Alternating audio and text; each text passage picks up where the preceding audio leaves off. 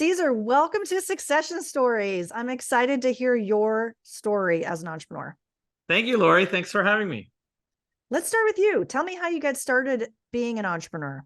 Whew, I think I've been an entrepreneur most of my life. I was, when I was young, different things I did here and there. But officially, I started my first business when I was 24. I got married, moved to a new country, and started a business all at the same time because, that's what we do when we're 24. There's no risk at that age, I guess. But, I Where were didn't know you what I moving didn't from? know. What country was it? Yeah, so I lived in Venezuela in South America most of my life, and the country was going down, and the economics and the politics and all that. So that's when at 24 I decided, you know what, there's no real future here. I was coming from the P&G world and the corporate world and all of that, and everybody thought I was like a corporate dude, and then I'm like, no, I'm gonna move to US and just figure it out. And when I moved here, I saw a huge gap in a lot of people in the office areas. They wanted to eat healthy. And I'm like, okay, great. So instead of doing a cafe, I wanted to do like a centralized kitchen where we cooked and delivered meal to people in their office. And delivery, healthy, all of this was very new back in 2004. So this is pre-Facebook, pre-Uber Eats, pre all of that. Pre-Google Maps even. I had a logistics company pre-Google Maps. Imagine how that was. Yeah, that must have been. But I basically went door to door and convinced people it was convenient to have your meal delivered, kind of thing. So I kind of was at the head of a wave that came in. So I was first in market in Miami. So that was good. Healthy, convenient, Miami. It made sense. So you were selling boxed lunches? Yeah. So we cooked and delivered freshly made meals every day to people who wanted to eat healthy in their office. Yeah. So you would deliver to their office? Yeah, to their office. Like to the entry point, or did you actually get to their desk? To usually receptions and okay, places where it was easier. Some people even made us go to their company fridge and stock it.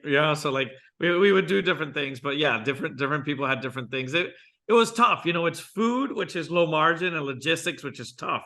So, I started a business in a country I didn't know, in an industry I didn't know. I'm a logistics engineer by trade. I'm like, this is a great solution.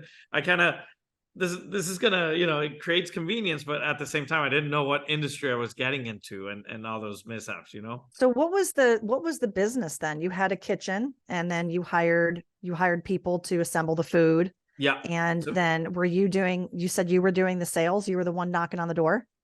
We were. And so when we started, I had a chef and that's how we started. The chef came up with a menu and the nutritional information. And, she had like a prep cook, and we would do the meals from scratch. And then I would go out and, I would go door by door, giving out samples, showing how easy and fun it would be to have your meal delivered. And then once I got an corporate area full of clients, and I would hire a delivery person, they would do that, and then I would go to the next area, right? So I went like corporate area by corporate area and just started growing that way. And then little by little, the wave started growing, and the brand grew, and the industry also grew. Like people were looking for more convenient and healthy things. So I think I rode that wave of growth. I thought it was me, but it was mostly the market just growing and the awareness growing. So that was good. Well, yeah, and Miami's a big market. How did you segment? Was it based on people who were kind of glued to their desks, like financial services, or That's funny. When I started, my ego wanted it to be a healthy gourmet, like all my CEOs and VPs would want to love and enjoy this meal. And then also it was a cultural difference too, right? I come from Latin America, where lunch is your main meal. Where here in US, like I'm not going to pay more than $5 and eat an apple in my desk, kind of thing. So I had to like really understand the market. I didn't understand the market back in the day. So we had to shift into the people who are glued to their desk, right? So it was the admin, the banker, the teacher, the receptionist, the people who could not leave their desk or only had a half-hour lunch, and now they had to find a healthy alternative, which was Wendy's or McDonald's down the street, right? So that became our real market. So when we understood that, we adapted our menu a little bit, and then we went down that route. How about digital marketing or acquisition of customers online? It was only face to face, or back in the day, there was no Facebook at that point. There was nothing, right? So I remember being in Procter and Gamble. We were talking about how do we create more word of word? How do we create this virality and influence marketing? Thankfully, with the growth of Facebook and the growth of digital marketing, that helped us a lot. We were actually the first Groupon in Miami. Because really? I was finding new ways of expansion and new ways of having people. We were educating a new market, so we had to like really find people to try us out, and then they would convert to the model. So we were actually the first Groupon. Groupon helped us a ton back in the day where there was only one deal a day. So it kind of grew with that. With time, the market became a little saturated, a lot of consolidation, a lot of things were going on. What I realized was the more I grew, the more logistics got complexity, and I was running like a chicken without a head, right? So I was delivering the meals, I was answering the phones, I was, if somebody missed in the kitchen, I had to go in and go into the kitchen. We grew to a point where we were delivering 1,500 meals in 3 hours. We had 47 employees, and it was just it was a lot of logistics and a lot of food waste, delivery, people answering. So at least that was a tough part of the business for sure. So you never had a vacation? Grueling years. Yeah, grueling. Wow. Yeah. How big did the business get? You said almost 50 people. Yeah, we had around 50 employees at our peak. We were at 3.5 million in revenue. There was a moment in time where, and I think this is where the whole transition was happening in my mind, where I was burning out. I was resenting the business. I didn't have the time I wanted. I saw my friends, growing in their corporate ladders and making all this money. And I'm like, and I'm here, in this food business with 5% margins that don't work and logistics and tough and, and then trying to break a market that doesn't exist and all these things. And I realized little by little that I wasn't in the market that I needed to be, and I wasn't in the industry that I really wanted to be. So I decided, you know what, I'm gonna turn this into a more lifestyle business. I don't want to keep growing. I don't want to, because of course, the natural expansion is let's go to Orlando, let's go to Tampa, let's get franchise route, let's do all these things. And that's the route I wanted to go. My ego wanted to go that route. My heart was saying, your heart's not in this. Why are you? You don't need to expand. You're good enough being here. So that's where I read the book Traction, started implementing different tools and different things in my business, understanding my purpose and my values, and bringing all those things in, and really what I wanted to be in the world. And I said, you know what? I don't need to expand. Let me. I developed a software that helps restaurants deliver. Let me start marketing that and selling that. So I was like, let me do that on the side. So after implementing all these tools and creating a leadership team, then, I had Uber before Uber. And then when Uber and Seamless and all these started coming out, I'm like, I don't want to do this again. Like, I'm not going to compete with all these big funded companies and software. So I'm like, no, I'm not going to do that. So, so we decided to stay in our area, not expand, create more of a lifestyle business. And I decided to scale back and keep it at the size it was with the team we had. We had a good leadership team, and be more creative internally, right? So what we spun out was the first food boat in Florida. So Food boat. So the healthy meal delivery service was called Fit to Go, and then we started Raw Bar to Go, which was a food boats. So we had the first licensed food boats. We had a full-on kitchen in a boat, and then in Miami you have like 3 or 4 different sandbars people gather in. So we would have like fresh ceviche and shrimp cocktail and drinks and different things that was there. So we kind of vertically we would produce everything in our same kitchen, right? And then we would have this in the weekends. So during the week we were doing the corporate deliveries, and then during the weekends we had this other company that was more on the parties and service and catering style thing. So we decided to grow that way. and not grow in geography because logistics was just running us insane. So Cesar, let me ask you, you said that you were starting to resent the business. Once you decided, you read Traction, you were looking more inwards and being clear with your purpose and your mission, and you decided to scale back, you launched this weekend business, Raw Bar to Go. Did you start to resent the business less? Did you reinvigorate your excitement about it, or did that linger? It lingered a little bit. I think it was an industry trend. The market started becoming saturated. There was a lot of more competitors coming up. There was a lot of different things happening. Like at one point, we were the first in market. We were known by healthy meal delivery, but then little by little, Uber Eats came out and Grubhub and all these things. And then the mom that was cooking from her kitchen, we were competing with like all these people that were just creating all these things. So it became a saturated market where you started seeing more consolidation. And that's where I'm like, I don't think I'm in the right market anymore. I don't think this is a growth market. So I was a little resentful. But one of the things that implementing all these systems and processes into the company, what it allowed me to do was, number one, it created more valuation for the company. So when we were at 5% in profit, which is the average for a restaurant, average for food industry, we got to 12% average per year by just creating better efficiencies, better communication, better team structure. And that, of course, started now when consolidation started happening, people started approaching us. What happened was, that when they started approaching us, we were profitable. Most of our competitors were not. Most of our competitors were, they were getting them on the pennies on the dollar, because they didn't have the right management structure. They didn't have efficiencies. They didn't have these things. So when they were, piling up all these companies and putting them together, then they would bring their efficiencies. With us, we were probably more efficient than them. So there wasn't that, every time I got approached to be bought, like it wasn't the right choice for me, because I'm like, you're not offering me my true value. So that's where I kind of got stuck many of the times that people were approaching us to acquire us.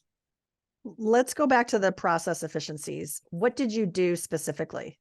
So I implemented two main things. I implemented EOS, which is the Entrepreneurial Operating System. It's one of the things I love doing now for other companies. That really triggered a lot, because that helped me decentralize myself as the owner. I think EOS helped me create a management structure and an accountability structure that didn't depend on me anymore. So I think it helped, and then when people were coming to me to buy me, like they didn't need me in the business. Like I managed my business one day a week, basically. So what it gave me was time. It gave me more time back. And I used EOS for that. There's companies that use it for scale. There's companies that use it for expansion or succession. For me, it was more about, I need to regain my time back. This is not where my heart is. This is not where I want to put my energy in. So I want a system that allows me to do other things, but at the same time, keep a clear accountability and system that in check.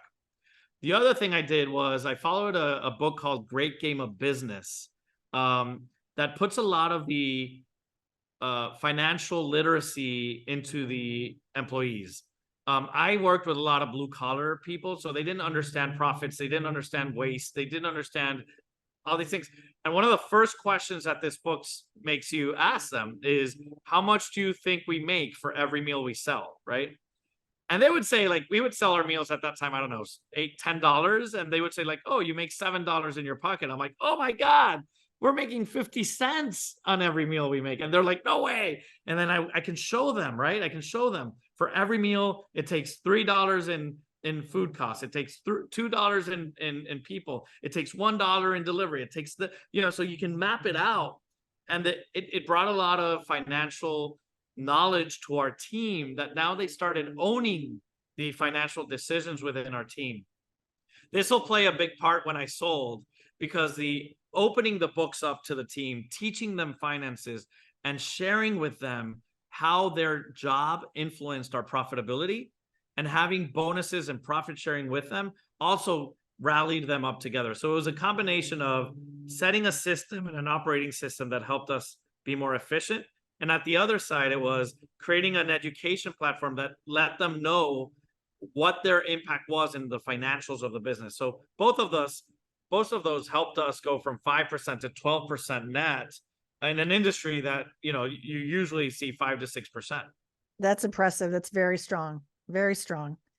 You got approached by different buyers. Yes. When they knocked on your door and they said, "Hey, we're interested in you." What was that like? Did you have the conversations? I did. I was very willing to sell, right? I did not, I did not love what I was doing. I knew I could do other things, but I was just, right now, it was my baby. I couldn't let it go. I think there were two things that happened when people approached me. Number one was my ego. Is my company's valued more than they think, right? And I think you can see this all the time in your line of work, right? Like, Yeah. no, I can't let this business go if it's not under the, you know, like, this business is worth so much more than what they think. And then the second thing was that usually I was trying to find more of a strategic buyer, because they would be willing to pay more than if they were just going by multiples. So the people that were coming in were really acquiring companies that were failing. Most of the companies were bankrupt. Most of the companies were not performing well. So they were in a hurry to sell. So they were getting them at pennies at the dollar, and they wanted to acquire me at the pennies at the dollar. Not even my real valuation. They were like really just going like, well, if you don't like it, you don't want to do it, just come. We're acquiring 3 different companies in your neighborhoods, and, you know, we're going to compete with you. And I'm like, it's fine. Like, I'm not going to hurt. So I think it was both those things, like not only my ego, but also I wasn't getting the true value of the company. But you did eventually sell. Tell me about that. I did. And it's a very funny story, because it's very tied to these things. I eventually sold it to my employees. So I sold to my chef and my operations manager. So the sell happened in 2 parts. The first part was more to my chef. Since I opened my books, and everybody saw the numbers and everybody saw where we were going, we all had profit sharing. My chef, I didn't know, came from a family with money, and he was looking for his next thing. He came and accepted this job because he loved our culture. He loved what we were doing. It gave him the Monday to Friday job that most chefs don't get. And then he's like, you know what? This is right in line. And Cesar, you're never here. You never, like, right. He was coming up with amazing ideas that then became the standard, which was, how do we prepare a ghost kitchen? How do we do more things than just what we do? How do we do products and sell like keto cookies? And, you know, we were healthy, right? So keto cookies and collagen shakes and all these things. And I'm like, I don't have the energy to come up with these things. I don't want to, right? I wanted a lifestyle business. I didn't want to create more stuff. And then he brought his energy. He said, like, I do. So why don't we position the company in a way where I'll buy half of your company and I'll be the operating partner, and that way you'll be, you know, kind of like the visionary partner on helping me with the knowledge that you've been in the industry for 13 years. And then I became more of a silent partner, more of an investment partner there, because he kind of bought 50% of my equity, and then we became 50-50 partners. One of the things that I wanted to do here, and I think this is one of your questions, is how did that work? When we did the operating agreement, I wanted to make sure that it was very clear on what were the decisions I had final say in, and what were the decisions he had final say in. So what we agreed to is he had all operational and financial decisions internally of the company, and I had all of the long-term financial strategy decisions around the company, because he also understood that I brought that part and he brought that part. And I think we've been working for 2 years, and we both understood how we worked. We were part of the same leadership team. We saw those things. So we made it very clear from the start, right? If we were going to be 50-50, because I didn't want to do 50, right? My ego didn't accept 50. Well, that's what I was going to ask about. Why 50? And the reality was this. The reality is, I put my ego in check, and I said, I don't have the energy to take this company to the next level, and this person does, right? They were willing to put in, we did an outside valuation. He was willing to put in the 50% of that, and, you know, of the outside valuation, and he was willing. And you know what? I said, it's only fair that he takes that. Even if I've been in this business longer or not, I had to put my ego in check. But, you know, when I'm when I'm doing a deal, I think the compensation, the contract, and the control are very different things, right? So control was, okay, you have control over these things, I have control over these things. The contract reflected that, and then the compensation reflected different things as well. So we kind of structured it in a way that it put my ego in check, but at the same time it's a win-win. And if he achieved the things that he needed to achieve, he had the upsell, how do you call it? The reward for getting us to that next level, right? So we kind of agreed on a baseline on profitability, and then he would get an extra bonus on compensation if we achieve the things that he wanted to achieve. So were these two companies sold separately or together? So we packaged it together. So at the end, we had to package it together because it was too messy. We produced the meals in the same kitchen. We had the same staff. We had the same, even though they were two separate companies, we eventually packaged it together as one. And then when we got the valuation, we got the full valuation on both companies together. So typically when it's an insider, it's below market, but you must have felt good that this was a good competitive market price for the business. Yeah. I think what I liked about it was more than what the other people were offering, because they were offering pennies on the dollar. The other thing is I was willing to come to a commitment and say, okay, whatever we agree a third party to say we're valued, he was willing to put that in, and I was willing to accept that as a 50-50. It took us like 6 months or almost a year to negotiate the 49-51. Okay. I had to put my ego in check for real. Yeah. But yeah, so that's how it worked out at the end. Well, it's all about balance. And because you articulated who's responsible for what, you had it in your agreement. Typically a challenge with 50-50 is if a decision needs to be made, who's going to be the tiebreaker. Yeah. So yeah, I mean, normally we would advocate for a 51-49, but worked out for you guys. How long did you end up staying in the business after that transaction? So 2 short years, because COVID came. Oh, oh boy. Okay. What happened then? This presented a whole different type of sale. So when COVID came, I was already checked out completely because I was not part of the day-to-day of the business. I was not in it at all. And thank God Josh came in and he did the things he wanted to do, because if we were in corporate delivery in COVID, we would have gone out of business completely. Right. So at least that sale worked, because we added new products, we added new fragmented and ghost kitchen abilities. We were representing 3 different brands. So we were able to leverage that. But that's when, PPP and the IDL and all these things started happening. I'm like, guys, I'm already checked out. Like, I'm already on to my next thing. I've already started building 2 other companies. And that's when my ego took a real check. And that's when I said, you know what?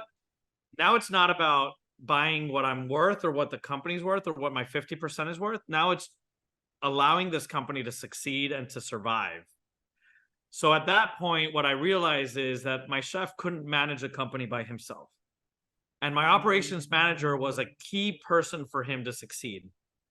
So I first offered him the second half, but of course, he had just come in 2 years prior, putting a lot of money into the company. And he's like, I can't put more money in. So the way we addressed this was we did an SBA buyout loan with our operations manager. And the valuation, to be honest, was just for her to get me out of debt. So anything that had my debt on it, I was willing to let go. And I was willing to say, and this was a big ego check and reality check moment. And this is in the midst of COVID, right? Where I'm like, I don't have the energy. I don't have the time. And the company doesn't have the time for us to go into negotiations for it to survive. So we made a decision, and I made a decision where, as long as I was out of all debt, the operations manager became the new 50% partner. And it was a true inspirational story for me. And it's tied to my purpose as well, where I said, you know what? I had a good exit the first time, and I had a exit that the company deserved and it needed, because if I got tied to it, I would have brought it down. because it just wouldn't have the cash flow to sustain it. So they're still paying me right now, and we have a payment plan, and it's all an SBA buyout loan, and it took a little longer because of the COVID and all these things. But at the end, it worked out really well, and the company's still there. It succeeded, thankfully. It survived COVID era. And I think now it's thriving because it has 2 new owners that are really putting a lot of energy into it. Well, that's great. You built something that it has a sustainable future because of the new owners and because of their hands-on ability and their ability to adapt, right? There was a lot of changes in that time. What was yeah, go ahead. Oh, sorry. Yeah, and you know, they were both part of the leadership team. We all understood each other. We all understood our strengths and where we needed to be. So the trust was there, which is a lot of times when a buyer comes in, you don't know what you're going to get. So in my case, you know, letting go of my baby to people who really managed it for the last 5 years when I was in it, it's like, it's just the right way to go, right? It's letting them turn the baby into a teenager and grown up.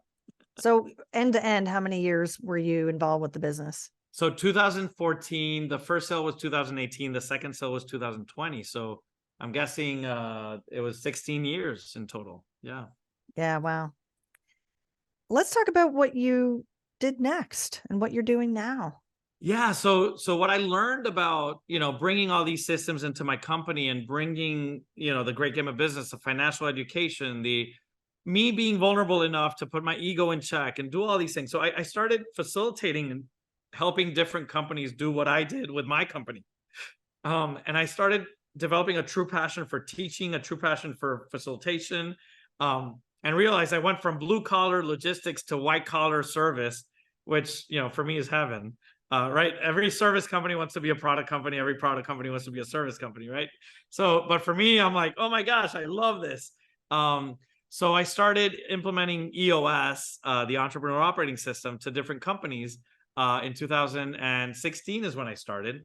But then now I've helped more than 120 companies implement EOS within their company, and I started a firm. So when I officially sold in 2020, I started a firm, which we now help different companies from all sizes, from mom and pops to publicly traded companies, improve communication, improve visibility and accountability and alignment and vision. So that's really what we do as in the operating system. That's incredible. So you went from doing it yourself to getting this training and certification from EOS. I think they have EOS advisors. Yes. Not just in the US, but all implementers, but all over the world, right? It's a global. Yeah, there's more than 650 implementers globally. There's more than 80,000 companies right now that are implementing the operating system actively right now. So it's become a big place because, you know, it's an operating system that helps you manage better and focus better, right? So it helps you gain clarity, transparency, accountability, and communication. So that helps any business, right? I know a little bit about your company. I also know a little bit about you. And it didn't shock me when I found out that your evolution of the EOS implementer model, you took it to the next level. How did you do that? And what are you doing and why? You know, when I eventually sold Fit to Go at the end, I'm like, I'm a builder. I can't be a consultant. I'm not a solo person. And, you know, I'm young enough as well. I started my entrepreneurial journey a little younger. So, I was with an itch of, I want to put my superpowers into practice. I feel that my first 2 companies, or 3, because the software company was a third, were just practice rounds. They were a way for me to get my tools, get all the systems in, and, you know, and I got to evolve as a leader, as building teams. I got to evolve as an entrepreneur in different phases, and I felt I had something else to do. So I started this company where now, you know, we're a firm. We're the largest EOS firm in the world, where we have 8 implementers, and we have over 200 companies that have gone through the process. And, you know, actively we create community on companies that are going through the process. So I've tried to find a way to leverage not only the system, but also the sense of community that I love. And that's one of my superpowers. I love creating community. I love creating places and spaces where people can connect and learn from experience. So that's what we did with a profit recipe here in South Florida. So as you think ahead and you think about your legacy, what's your vision? Yeah, so that's an interesting point. My purpose is to really help people evolve so that they can live the life they want to live. That's something, that a transformation that I went through, that I couldn't see until I was going through the evolution of really understanding what I wanted in life and where I wanted to be.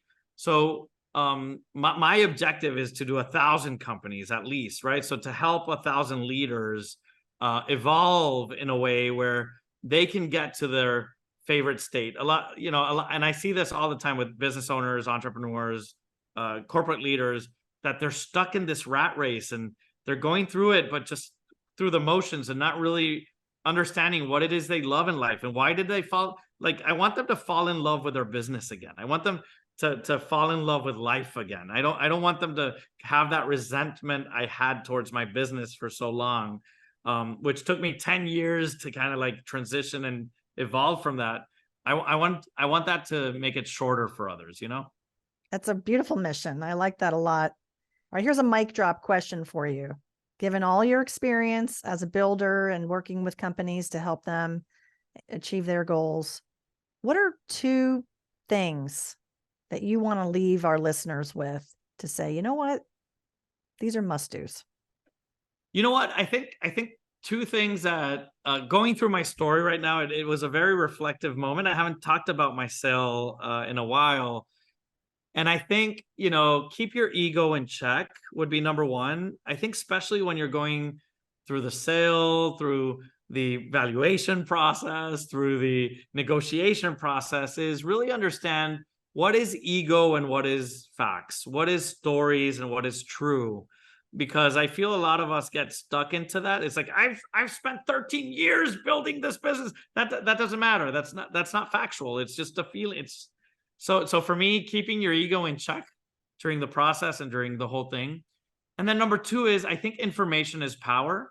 I think both EOS and Great Game of Business, it's all about give your employees the information they need.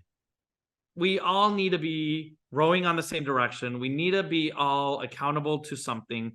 You're kind of like asking your team members, if you don't share your numbers, if you don't share what's going on in your scope, you're like trying to tell them to bowl with putting a curtain right in front of the pins, right? It's like, no, take it a little right, take it a little left, or like, let me look behind the curtain. Yeah, we did okay, but I need you to throw it a little stronger. It's like, no, that doesn't work. Like, the visibility needs to be there, and information is power. So I think keep your ego in check, and information is power. That's great. Well, maybe that dovetails with my next question, which is, do you have a favorite quote? The quote I say all the time, my favorite quote is, make it bad, make it better. Like, for me, it's all about, I don't know who said this. This was one of my mentors would use this all the time. Make it bad, make it better. Is just, nothing's ever going to be perfect. Just continue doing it, go through it, make it bad, and then make it better. And then every time it'll be better, and it'll get better and better with time. Absolutely. Absolutely. If people want to get in touch with you, Cesar, what's a good way to do that? Yeah, so Quintero is my last name, Cesar.com. So it's QuinteroCesar.com. That's my webpage. And all of my businesses are there. All my contact info is there. And so that's the easiest way, I think. Awesome. Thank you so much for sharing your stories with me. And I'm so glad that it gave you that time to reflect. We don't often have time to do that. So I'm glad that you had the space for that today. This is a true joy. Thank you, Laurie. Oh, thank you. And to our listeners, if you enjoyed today's episode, please hit subscribe wherever you listen to Succession Stories, and give us a rating and review on Apple Podcasts or Spotify. Tune in next time for more Succession Stories from Transition to Transaction.